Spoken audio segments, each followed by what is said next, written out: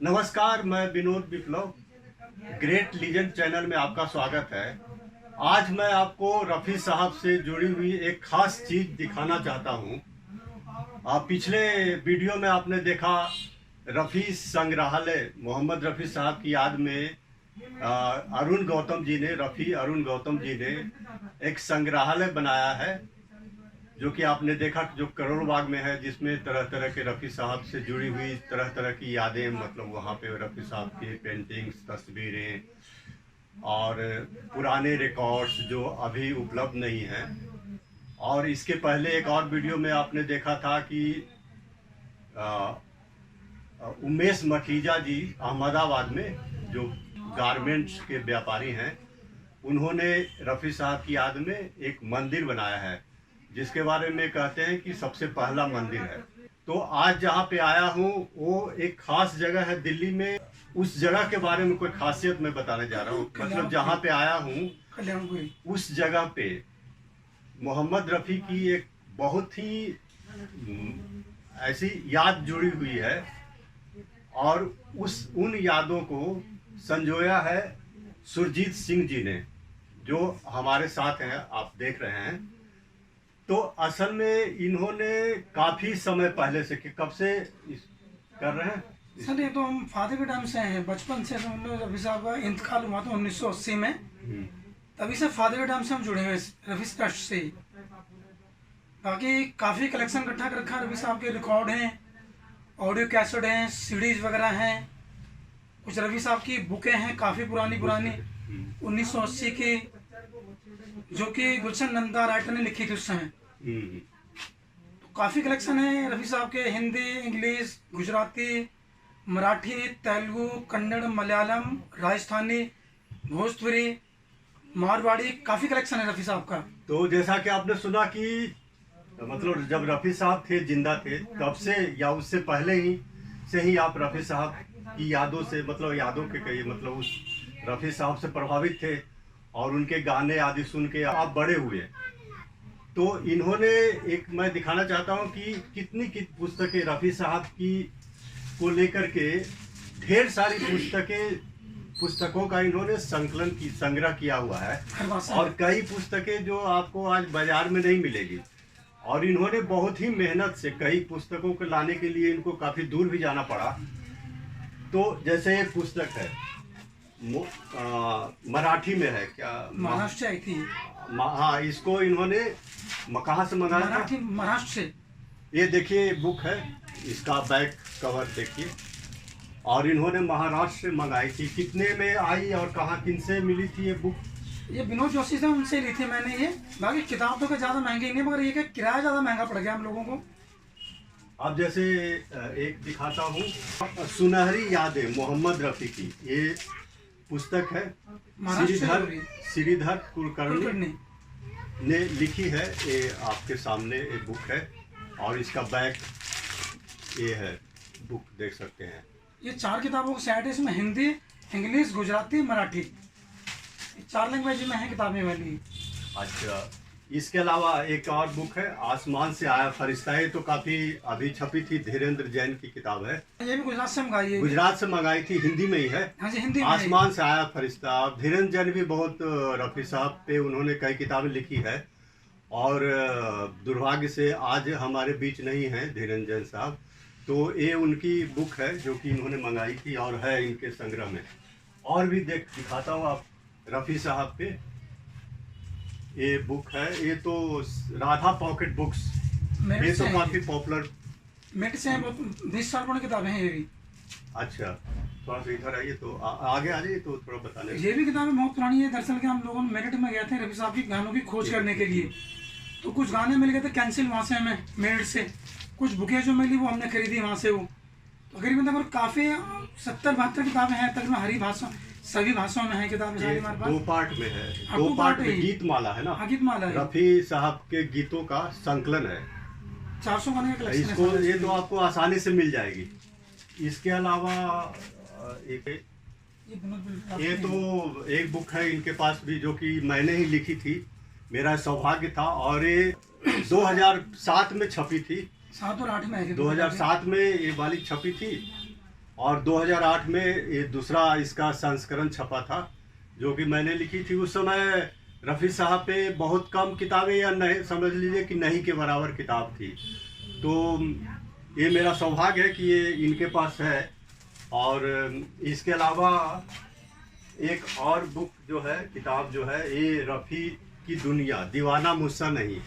इसका पहला संस्करण भी था। इसका पहला संस्करण आपके पास है क्या? ये रफ़ी की दुनिया, वो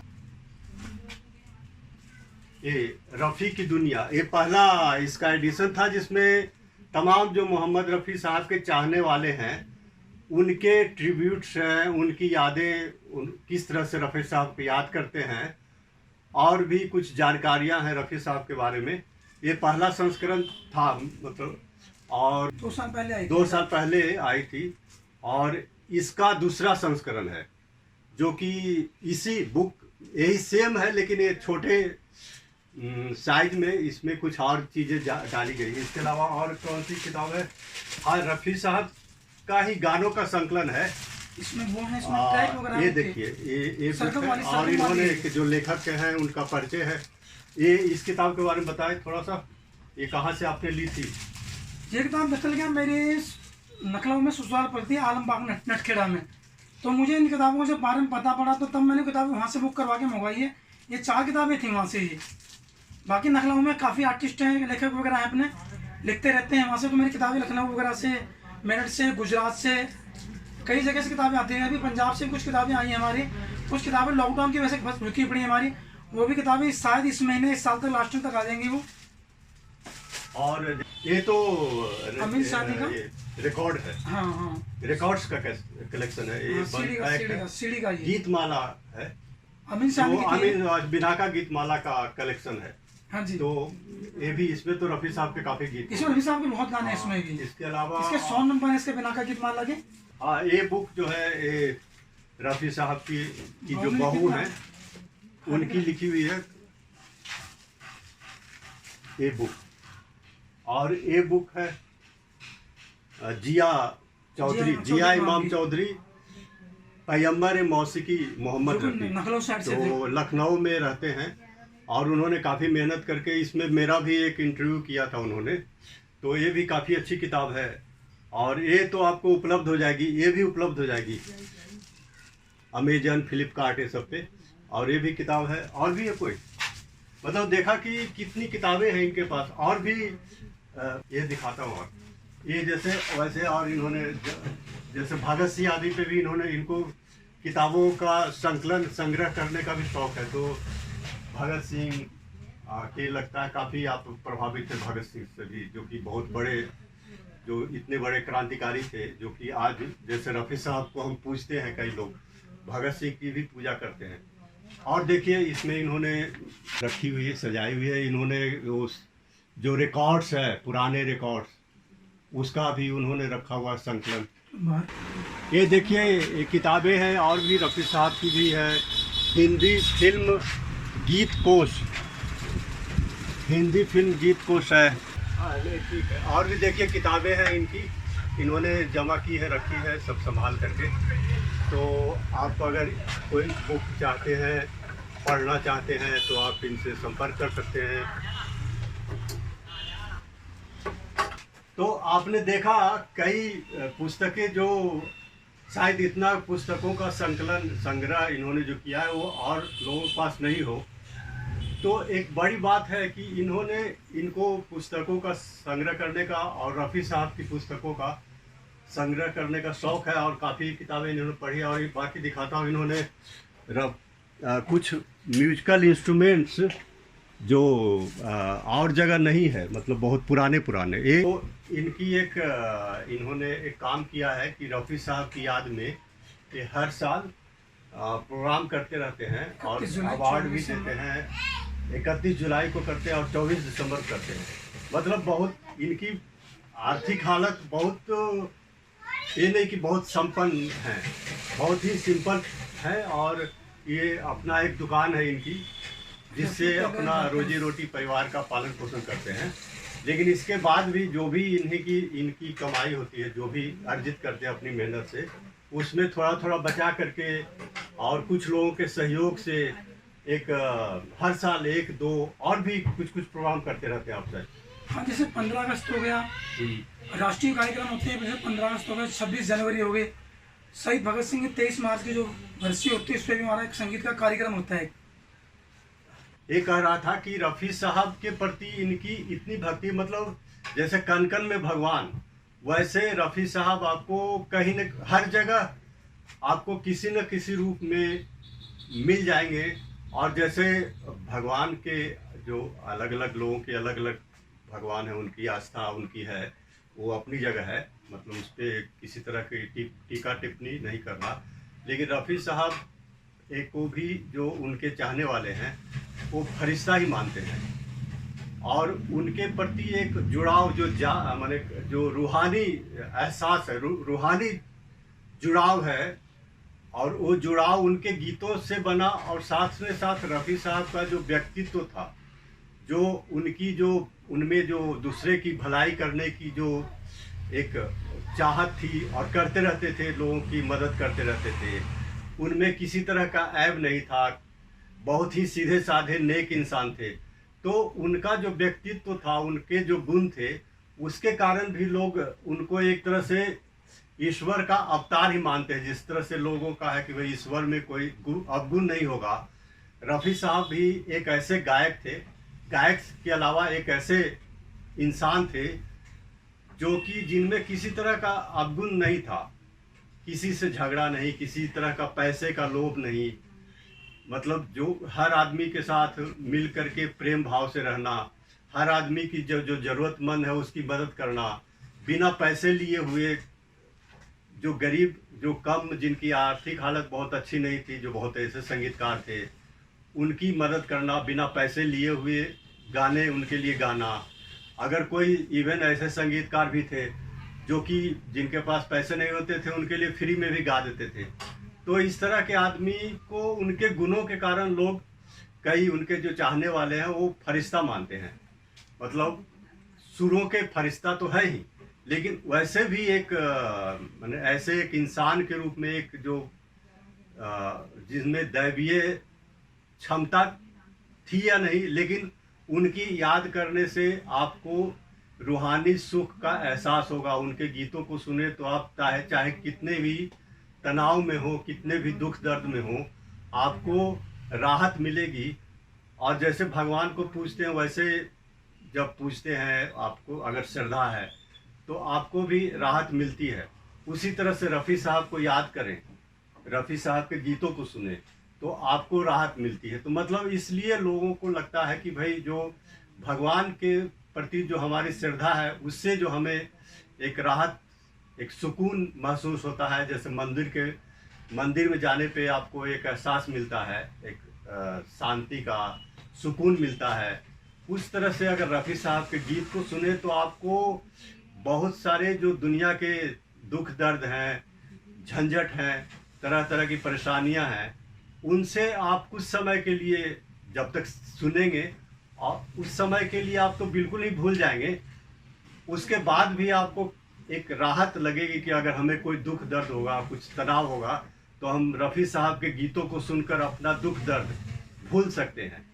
तो इस कारण रफ़ी साहब को लोग फरिश्ता मानते हैं। और काफ़ी ऐसे लोग हैं जिन्होंने अपने घर में अपनी जो उनकी जो जितनी भी आर्थिक हैसियत है, उसके अनुसार उन्होंने अपना एक रफ़ी साहब के लिए कोना, मतलब एक कमरा बना रखा है, जहाँ पे वो बैठ के उनके गीतों को सुनते हैं और अपना दुख दर्द को भूलते हैं और एक रूहानी जुड़ाव का एहसास करते हैं। तो इनसे जानते हैं कि आखिर इनके मन में रफ़ी साहब के प्रति इतनी जो भक्ति भाव, इतनी श्रद्धा है, वो कैसे हुई, क्या कारण था। कुछ ऐसे आर्थिक, कुछ कारण पारिवारिक कारण होंगे, उनके पिता शायद ये खुद बताएंगे। तो बचपन से ही संगीत का माहौल पूरे परिवार में रहा, हमारे फादर के टाइम से ही। बाकी रफ़ी साहब के काफ़ी अच्छे गाने थे, जैसे भजन हो गए, गज़ल हो गई, राष्ट्रीय गीत हो गए। हर भाषा, हर मजहब के रफ़ी साहब ने गाने गाए। रफ़ी साहब के गाने का कोई जवाब नहीं था, हर तरीके से हर भाषा के गाने बेखूबी गा लेते थे वो। और काफ़ी सालों से रफ़ी साहब के गानों का माहौल हमारे परिवार में रहा शुरू से ही। तो रफ़ी साहब ने कई गाने ऐसे गाए जो बिना पैसे लिए गाए, बहुत से गाने गाए थे, हर भाषा में, हर लैंग्वेज में गाए। तो रफ़ी साहब का कोई जवाब नहीं था। पंजाबी गाने गाए उन लोगों ने, काफ़ी गुरुद्वारा कमेटी के लिए गाने गाए उन लोगों ने, जैसे राष्ट्रीय गीत हो गए, भजन हो गए, भोजपुरी हो गए, कई लैंग्वेज में रफ़ी साहब ने गाने गाए। तो रफ़ी साहब के जो गाने थे वाकई में बहुत गुणवंती गाने थे रफ़ी साहब के। उनके गानों में बहुत अच्छी सी चीज़ें मिलती थी सुनने को, सीखने को। बाकी हम तो शुरू से ही वैसा रफ़ी साहब को लाइक करते हैं, और बाकी रफ़ी साहब के गाने हर भाषा, हर मजहब के गाने हम लोगों के पास रिकॉर्ड में हैं और आगे भी हैं। अच्छा, जो आपने देखा और भी दिखाऊंगा, तो इसके अलावा इससे कई ज़्यादा इनके पास संग्रह थे, लेकिन बताते हैं कि क्या वो संग्रह किस तरह से क्षतिग्रस्त हो गया। आप दरअसल क्या, जब इंदिरा गांधी खत्म हुई थी, 84 दंगे जो हुए थे, मर्डर जो हुआ था, हाँ, तो हमारे कम से कम 200-300 गज में हमारा फ्लैट था, हमारा प्लॉट था कल्याणपुरी में। तो दंगों में आग लगी थी, काफ़ी HMV वगैरह के रिकॉर्ड थे, HMV, यूनिवर्सल, कई कोलंबो कंपनी थी जिनके रिकॉर्ड थे, रफ़ी साहब के गाने थे बहुत। उन दिनों दंगों में आग लगी थी, काफ़ी कलेक्शन घरों में जल गया था हमारा। उसके बाद उस समय हमारी उम्र भी कम थी, उसके बाद काफ़ी कलेक्शन इकट्ठा किया हमने रफ़ी साहब का।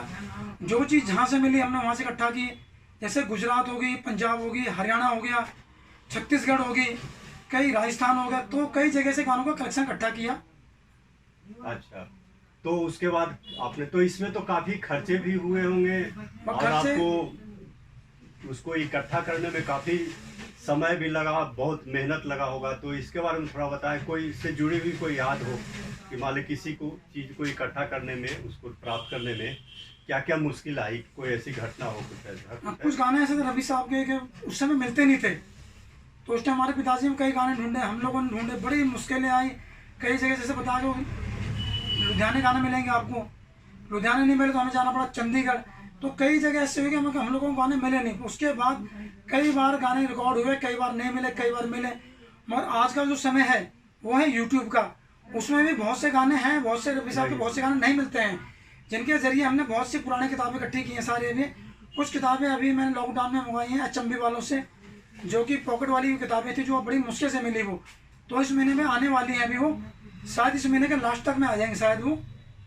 हाँ, और भी किताब है, जैसे रफ़ी साहब की एक किताब, वो दिखाइए जरा, मोहम्मद रफ़ी गैर फिल्मी गीत। हाँ, वो तो अच्छा दिखाया था, दिखा ये वाली किताब दिखाया। एक और बुक है इनके पास, वैसे तो कई बुक है, इन्होंने उधर रखा हुआ है। तो ये है मोहम्मद रफ़ी सदाबहार फिल्मी गीत, पवन पॉकेट मिनट वालों की थी अभी, मिनट से देखो। तो ये इसमें फिल्मी गीतों का संकलन है, आप देख सकते हैं। इसके अलावा ये रफ़ी, इसको देखिए, ये काफी रफ़ी यूपी से सुपर हिट गीत क्या है पूरा। तो ये देख, इसमें जैसे रफ़ी साहब के जो गीत हैं उसके संग्रह हैं, पूरा काफी पेज है इसमें। तो जो लोग, कई लोग ऐसे, जैसे मैंने जो उनकी बायोग्राफी लिखी थी, तो काफ़ी लोगों के फ़ोन आते थे कि भाई ऐसा कोई आपके जो किताब है जो रफ़ी साहब की लिखी है, उसमें गीतों का संग्रह है या नहीं। तो मेरी पुस्तक में गीतों का संग्रह नहीं है, मतलब उनका बायोग्राफी है, उनकी जीवनी है। तो गीतों का संग्रह के जो शौकीन हैं, मतलब पढ़ने के, कई लोग जो गुनगुनाते हैं, गाते हैं, तो उनके लिए काफ़ी और भी है। ये देखिए, एक बहुत महत्वपूर्ण किताब और काफ़ी दुर्लभ है, मतलब मोहम्मद रफ़ी अंक, ये संगीत कार्यालय जो है हाथरस में, वहाँ से छपी है। और अब जो है यहाँ, अब आपको ये मार्केट में नहीं मिलेगी ये बुक जो है। अब कई लोग बोलते हैं कि मुझे इसकी प्रति चाहिए, तो अब ये बुक नहीं है, लेकिन ये है कि इसका फोटोकॉपी करके कई लोग, अगर किसी को चाहिए तो इनके यहाँ से संपर्क कर सकते हैं, या मुझे कोई भी कलेक्शन हो फ्री कमेंट बॉक्स में, कमेंट में आप लिख सकते हैं कि मुझे बुक का फोटोकॉपी चाहिए।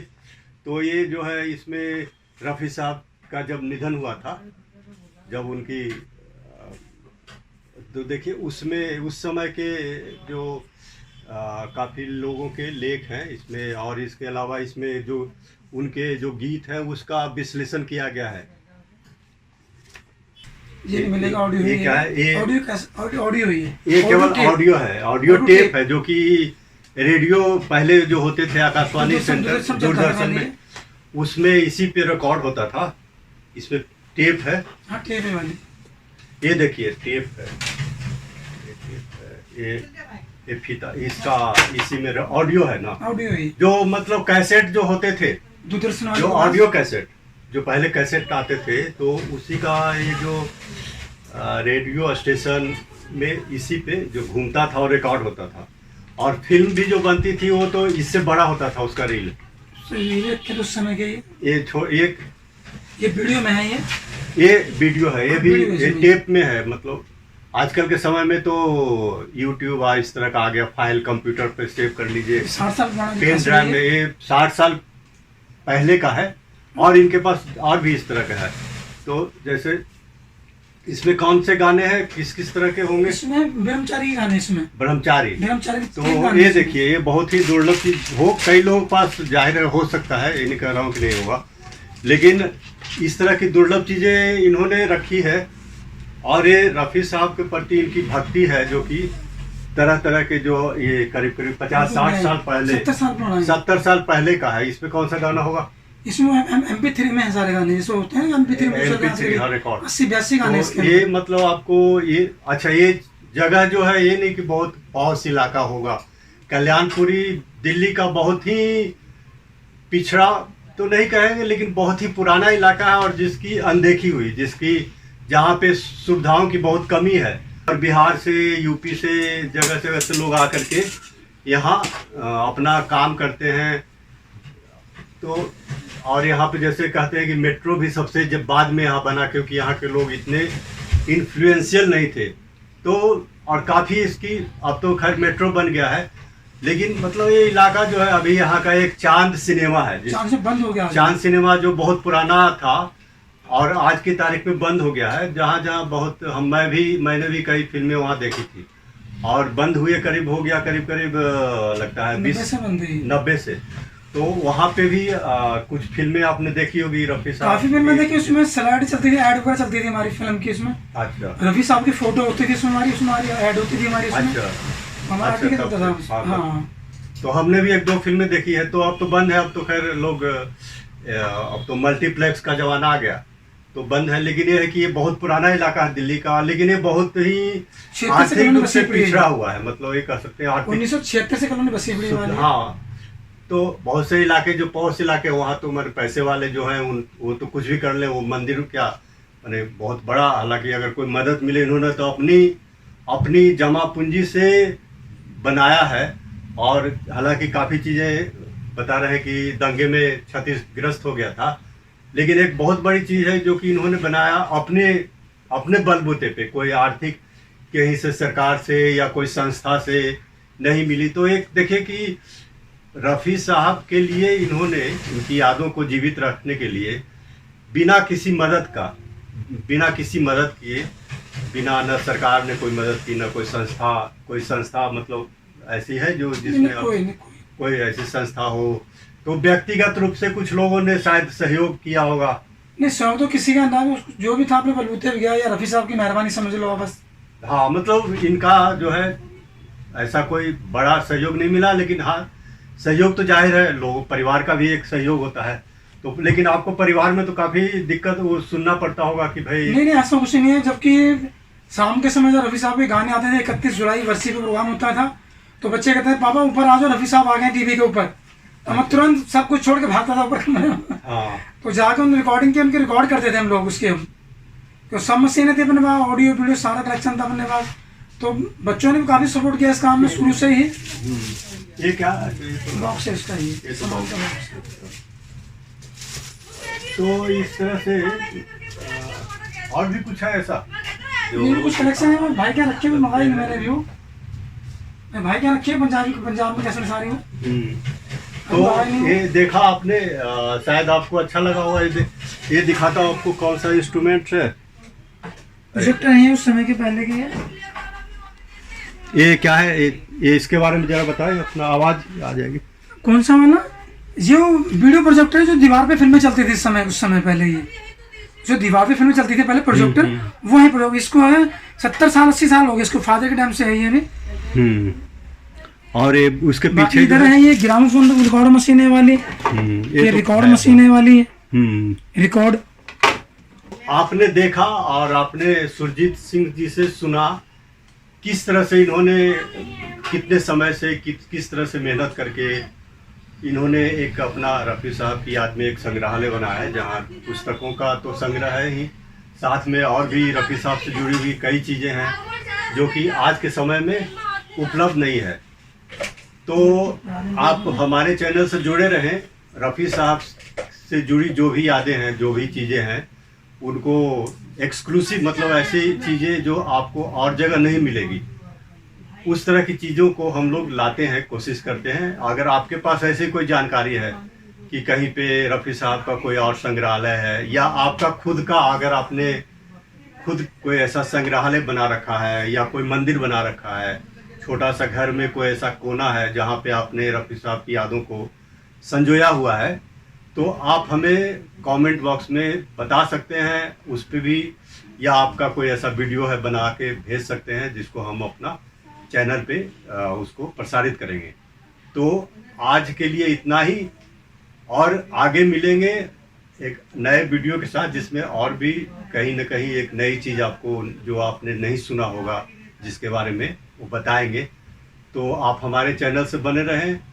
आपका धन्यवाद। और सुरजीत जी, आपको कोई संदेश देना चाहते हैं अगर कुछ, रफ़ी साहब के जो भक्त हैं, जो प्रेमी हैं, रफ़ी साहब के चाहने वालों के लिए आपका कोई संदेश हो, कोई आपका कोई आगे आने वाले कोई प्रोग्राम हो, उसके बारे में कुछ बताना चाहते हैं? प्रोग्राम में दरअसल क्या है, 31 जुलाई का रफ़ी साहब की बरसी प्रोग्राम था हमारा, कुछ लॉकडाउन की वजह से उसकी वजह से कैंसिल करना पड़ गया। बाकी रफ़ी साहब के चाहने वालों से मेरी यही गुजारिश है कि जैसे भी है बस अपना ईमानदारी के साथ अपना काम करें, रफ़ी साहब के गानों से सुनकर काफ़ी चीज़ें सीखें उनसे, और दूसरों को भी बताएं उसके लिए। बस धन्यवाद जी। तो धन्यवाद आपका। आपने वीडियो आपको कैसा लगा ज़रूर बताएं।